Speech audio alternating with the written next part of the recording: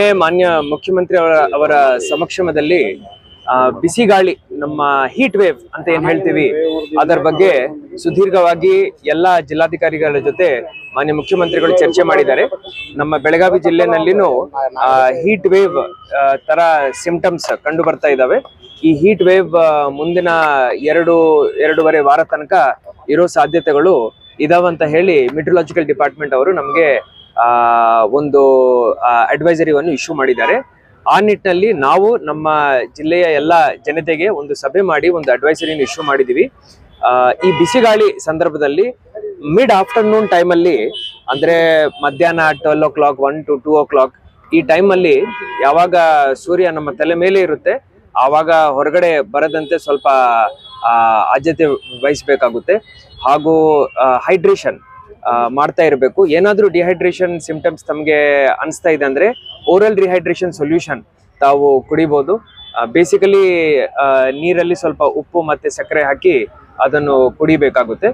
ನಾವು ಎಲ್ಲ ಕಡೆನೂ ವಾಟರ್ ಪಾಯಿಂಟ್ಸ್ ಮತ್ತೆ ಟ್ರಾಫಿಕ್ ಜಂಕ್ಷನ್ಸ್ ಅಲ್ಲಿ ಶೇಡ್ ಮಾಡ್ಲಿಕ್ಕೆ ಕಾರ್ಪೊರೇಷನ್ ಕಮಿಷನರ್ಗೆ ಈಗಾಗಲೇ ನಾವು ಹೇಳಿದೀವಿ. ಎಲ್ಲ ನಗರ ಸ್ಥಳೀಯ ಸಂಸ್ಥೆಗಳಲ್ಲಿರುವಂತ ಕಮಿಷನರ್ ಹಾಗೂ ಚೀಫ್ ಆಫೀಸರ್ಗಳಿಗೂ ನಾವು ನಿರ್ದೇಶನವನ್ನು ನಮ್ಮ ಸಭೆ ಮಾಡಿ ಅದರ ಮುಖಾಂತರ ನಾವು ಅವರಿಗೆ ನೀಡಿದ್ದೀವಿ. ಇದಲ್ಲದೆ ಕುಡಿಯೋ ನೀರಿನ ಸಂಬಂಧಪಟ್ಟಾಗಿ ನಮ್ಮ ಜಿಲ್ಲೆನಲ್ಲಿ ಇರುವಂತ ಮುಖ್ಯವಾದಂತ 3 ನದಿಗಳು ಕೃಷ್ಣ, ಘಟಪ್ರಭಾ, ಮಲಪ್ರಭಾ ನದಿ, ಇದರಲ್ಲಿ ಎಷ್ಟು ನೀರಿದೆ, ಎಷ್ಟು ತಿಂಗಳಿಗೆ ಆ ನೀರು ಸಾಕಾಗುತ್ತೆ ಅನ್ನೋದ್ ಬಗ್ಗೆ ಬಹಳ ಡೀಟೇಲ್ ಆಗಿ ನಾವು ಒಂದು ಮೀಟಿಂಗ್ ಮಾಡಿದೀವಿ. ಹಿಪ್ಪರ್ಗಿ ಜಲಾಶಯದಲ್ಲಿ ಏನು 6 TMC ಪೈಕಿ ಈಗ 2 TMC ನೀರು ಉಳಿದಿದೆ.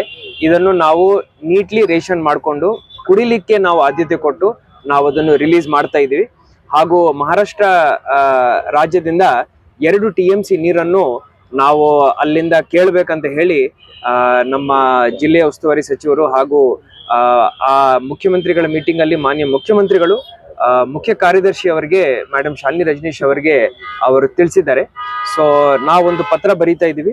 ಮಹಾರಾಷ್ಟ್ರ ಕೊಯ್ನಾ ಜಲಾಶಯದಿಂದ ನಮ್ಮ ರಾಜಾಪುರ್ ಬ್ಯಾರೇಜ್ ಮುಖಾಂತರ ಒಂದು 2 TMC ನೀರು ಕೃಷ್ಣಾ ನದಿ ಜಲಪಾತ್ರದಲ್ಲಿ ಬಿಡ್ಬೇಕಂತ ಹೇಳಿ ನಾವು ಮನವಿ ಮಾಡ್ಕೊಳ್ತೀವಿ.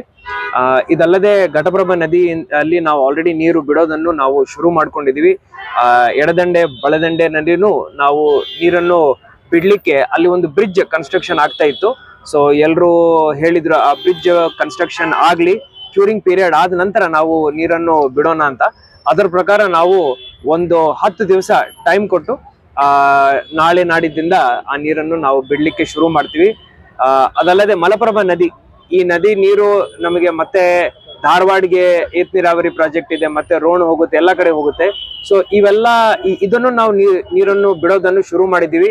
ಎಡದಂಡೆ ಬಲದಂಡೆನಲ್ಲಿ ಒಂದು ಕಡೆ 1500 ಕ್ಯೂಸೆಕ್ಸ್, ಇನ್ನೊಂದು ಕಡೆ 850 ಕ್ಯೂಸೆಕ್ ನೀರನ್ನು ಬಿಡ್ತಾ ಇದೀವಿ. ಸದ್ಯಕ್ಕೆ ನಮ್ಮ ಜಿಲ್ಲೆನಲ್ಲಿ ಹಾಗೂ ಬೆಳಗಾವಿ ನಗರದಲ್ಲಿ ಕುಡಿಲಿಕ್ಕೆ ನೀರಿನ ಕೊರತೆ ಇಲ್ಲ. ಏನಾದ್ರೂ ಆ ರೀತಿಯ ಸಿಚುವೇಶನ್ ಸೃಷ್ಟಿಯಾಗಿದೆ ಅಂದ್ರೆ ಎಲ್ಲ ಪೂರ್ವ ಸಿದ್ಧತೆಗಳನ್ನು ನಾವು ಮಾಡ್ಕೊಂಡು ಇಟ್ಕೊಂಡಿದೀವಿ. ಪ್ರತಿ ಗ್ರಾಮ ಪಂಚಾಯತಿಯಲ್ಲಿ ನಮ್ಮ CEO ರಾಹುಲ್ ರವರು ಹೇಳಿದ್ರು, ಅವರ ಸ್ವಂತ ವಾಟರ್ ಟ್ಯಾಂಕರ್ ಅನ್ನು ಅವರು ವ್ಯವಸ್ಥೆ ಮಾಡ್ಕೊಂಡಿದ್ದಾರೆ. ಮೊದಲನೇ ಆದ್ಯತೆಯಲ್ಲಿ ನಾವು ಖಾಸಗಿ ಬೋರ್ವೆಲ್ ಇಂದ ಆ ಟ್ಯಾಂಕರ್ ಗಳನ್ನು ತುಂಬಿಕೊಂಡು ನಾವು ನೀರಿನ ಸರಬರಾಜು ಮಾಡ್ಲಿಕ್ಕೆ ನಾವು ವ್ಯವಸ್ಥೆ ಮಾಡ್ಕೊಂಡು ಇಟ್ಕೊಂಡಿವಿ. ಇನ್ನೂ ಆ ಸಂದರ್ಭ ಬಂದಿಲ್ಲ, ಆದ್ರೆ ಪೂರ್ವ ಸಿದ್ಧತೆ ಇದೆ. ಕಾರ್ಪೊರೇಷನ್ ಲಿಮಿಟ್ಸ್ ಅಲ್ಲಿ ಕಾರ್ಪೊರೇಷನ್ ಕಮಿಷನರ್ ಅವ್ರ ಜೊತೆ ಮಾತಾಡಿದ್ದೀನಿ.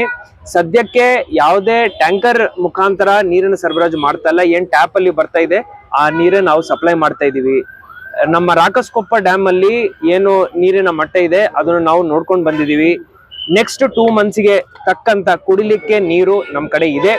ಆದ್ರೆ ಈ ಮುಂದಿನ ಮಾನ್ಸೂನ್ ಏನಿದೆ, ಮುಂದಿನ ಮಳೆಗಾಲದ ಏನು ಪ್ರಿಡಿಕ್ಷನ್ ಇದೆ, ಸ್ವಲ್ಪ ಕಡಿಮೆ ಇರ್ಬೋದು ಅಂತ ಹೇಳಿ ನಮ್ಮ ಮೆಟ್ರಲಾಜಿಕಲ್ ಡಿಪಾರ್ಟ್ಮೆಂಟ್ ಅಲ್ಲಿ ಪ್ರಿಡಿಕ್ಷನ್ ಇತ್ತು. ಮೊನ್ನೆ ಮಾನ್ಯ ಮುಖ್ಯಮಂತ್ರಿಗಳ ಮೀಟಿಂಗ್ ಅಲ್ಲಿನೂ ಹೇಳಿದ್ದಾರೆ.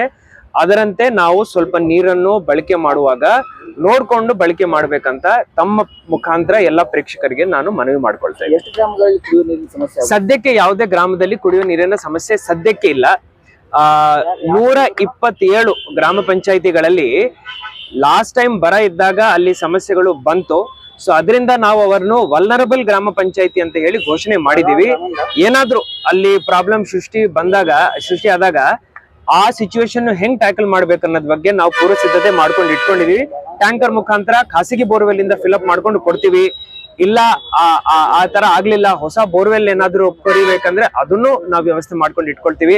ಸದ್ಯಕ್ಕೆ ನಮ್ಮ ಜಿಲ್ಲೆನಲ್ಲಿ, ನಮ್ಮ ರಾಜ್ಯದಲ್ಲಿ ಬರ ಘೋಷಣೆ ಆಗ್ಲಿಲ್ಲ. ಎಲ್ಲೆಲ್ಲಿ ತುರ್ತು ಪರಿಸ್ಥಿತಿನಲ್ಲಿ ನಾವು ರಿಯಾಕ್ಷನ್ ಮಾಡಬೇಕು, ಗ್ರಾಮ ಪಂಚಾಯತ್ ಇರ್ಬೋದು, ನಗರ ಸ್ಥಳೀಯ ಸಂಸ್ಥೆಗಳಿರ್ಬೋದು, ಹಾಗೂ ನಮ್ಮ ಇತರ ಫಂಡ್ಸ್ ಏನಿದಾವೆ ಅದನ್ನು ಉಪಯೋಗ ಮಾಡಿಕೊಂಡು ನಾವು ಇದನ್ನು ಇತ್ಯರ್ಥಿಸ್ತೇವೆ. ಸದ್ಯಕ್ಕೆ ಕಾರ್ಪೊರೇಷನ್ ಲಿಮಿಟ್ ಅಲ್ಲಿ ಹಾಗೂ ಗ್ರಾಮ ಪಂಚಾಯತಿಗಳಲ್ಲಿ ಎಲ್ಲಿನೂ ಟ್ಯಾಂಕರ್ ಮುಖಾಂತರ ಸಪ್ಲೈ ನಾವು ಮಾಡ್ತಾ